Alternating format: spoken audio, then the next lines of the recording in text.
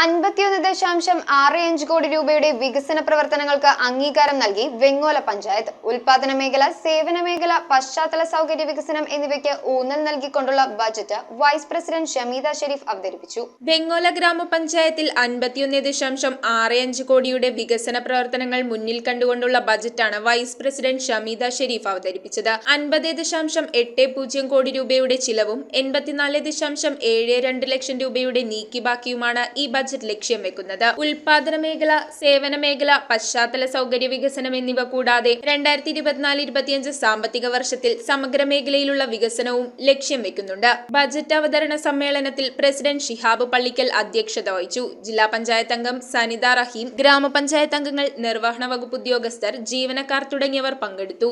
പുരോഗതിക്കും വികസന കാഴ്ചപ്പാടിനും നയ സമീപനത്തിനും അനുയോജ്യമായി തയ്യാറാക്കിയ ബഡ്ജറ്റ് കൃഷി, ആരോഗ്യം, വിദ്യാഭ്യാസം, പാർപ്പിടം, ശുചിത്വം എന്നീ മേഖലകളുടെ സമഗ്ര വികസനത്തിന് സംസ്ഥാന സർക്കാർ ആവിഷ്കരിച്ചിട്ടുള്ള ഹരിത കേരളം, ആർദ്രം, പൊതുവിദ്യാഭ്യാസ യജ്ഞം, ലൈഫ് എന്നീ മിഷനുകളുടെ അന്തഃസത്ത പൂർണ്ണമായും ഉൾക്കൊണ്ട് ആയത് നടപ്പിൽ വരുത്തുന്നതിനായുള്ള പ്രായോഗിക നടപടികളും വകയിരുത്തലുകളും ഈ ബഡ്ജറ്റിൽ ഉൾക്കൊണ്ട്. News bureau, Kunnathunad. റിങ്ങുകൾ 1 ഗ്രാമിൽ തുടങ്ങുന്ന മാലകൾ, നെക്ലസുകൾ 9,000 രൂപ മുതൽ ഡയമണ്ട് നെക്ലസുകൾ, 1 ലക്ഷം മുതൽ ആരംഭിക്കുന്ന വെഡിംഗ് സെറ്റുകൾ, കൂടാതെ നിങ്ങളുടെ പഴയ സ്വർണത്തിന് ഏറ്റവും ഉയർന്ന മൂല്യവും.